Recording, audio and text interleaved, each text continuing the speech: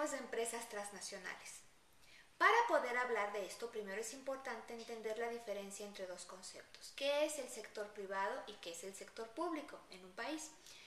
El sector público es aquel que se compone de las empresas que maneja el gobierno para el beneficio de los propios habitantes de un país.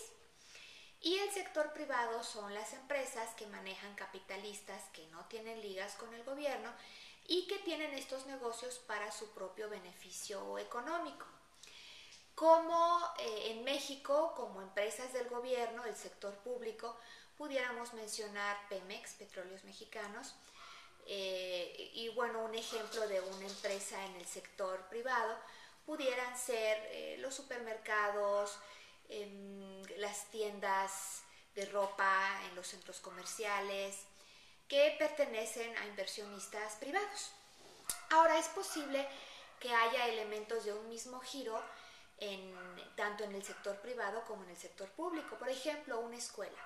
Puede haber escuelas públicas y puede haber escuelas privadas. Las escuelas públicas son las que el gobierno maneja con los impuestos de los habitantes del país para dar el servicio de educación de manera gratuita a los niños mexicanos. En el caso de las escuelas privadas, son las que no son gobernadas o manejadas por el gobierno, sino que son trabajadas por personas, por particulares, que piden una autorización a la Secretaría de Educación Pública para poder operar y que cobran una colegiatura para ofrecer ese servicio educativo. Como verás, esa es la diferencia entre una escuela pública y una escuela privada. ¿Quién la opera? En este caso el gobierno en las escuelas públicas o la iniciativa privada en el caso de los colegios privados. Ahora sí, ¿qué son las empresas transnacionales?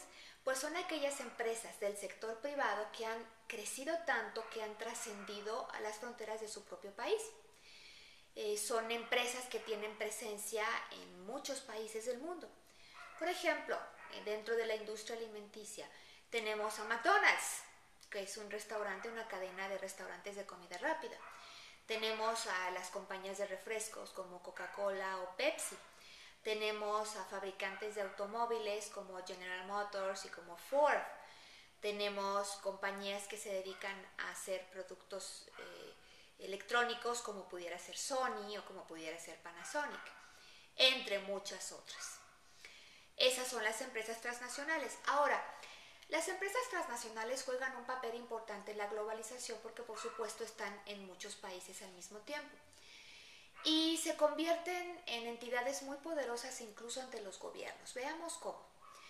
A un gobierno, a un país, le conviene que una empresa transnacional se establezca en ese país, en su territorio. ¿Por qué? Porque cuando llega al país, pues obviamente va a requerir empleados, va a requerir personas para trabajar y con esto va a generar muchos empleos. Son compañías muy grandes que pueden generar miles y miles de empleos.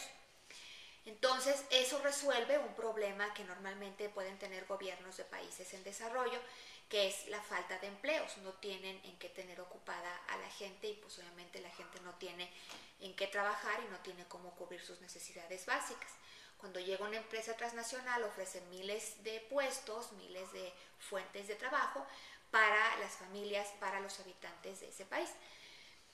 Pero por otro lado, pues bueno, el gobierno como quiere convencer a las transnacionales de que se vengan a ese país, obviamente ellas tienen la elección, van a buscar en qué país es más barata la mano de obra, el trabajo de la gente, en qué país tienen que pagar menos impuestos, en qué país les va a costar menos la tierra donde van a instalar sus plantas o sus fábricas.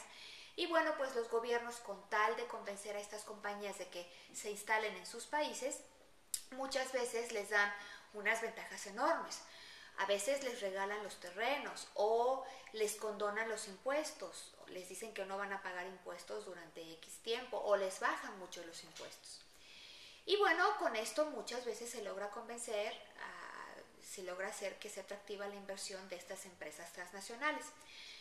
Por otro lado, esto mismo implica una desventaja para las empresas locales.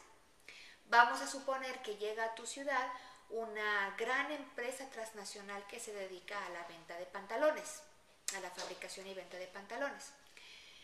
recibe todos estos beneficios por parte del gobierno de los que ya hablamos y bueno, por supuesto, si no le costó el lugar donde puso la fábrica, si casi no paga impuestos y si puede pagar sueldos muy bajos a una gran cantidad de personas, están en ventaja contra un fabricante local de los mismos pantalones de mezclilla que tiene que pagar impuestos, que tuvo que comprar el lugar donde está la fábrica o rentarla, que tiene que pagar a lo mejor sueldos más altos y que como tiene menos tecnología, pues sus costos son mayores. Entonces, aunque el producto sea finalmente pantalón de mezclilla contra pantalón de mezclilla, el costo de uno y de otro va a ser muy diferente, con desventaja hacia la compañía o la empresa local. Esa es una de las desventajas de la globalización y de las empresas transnacionales.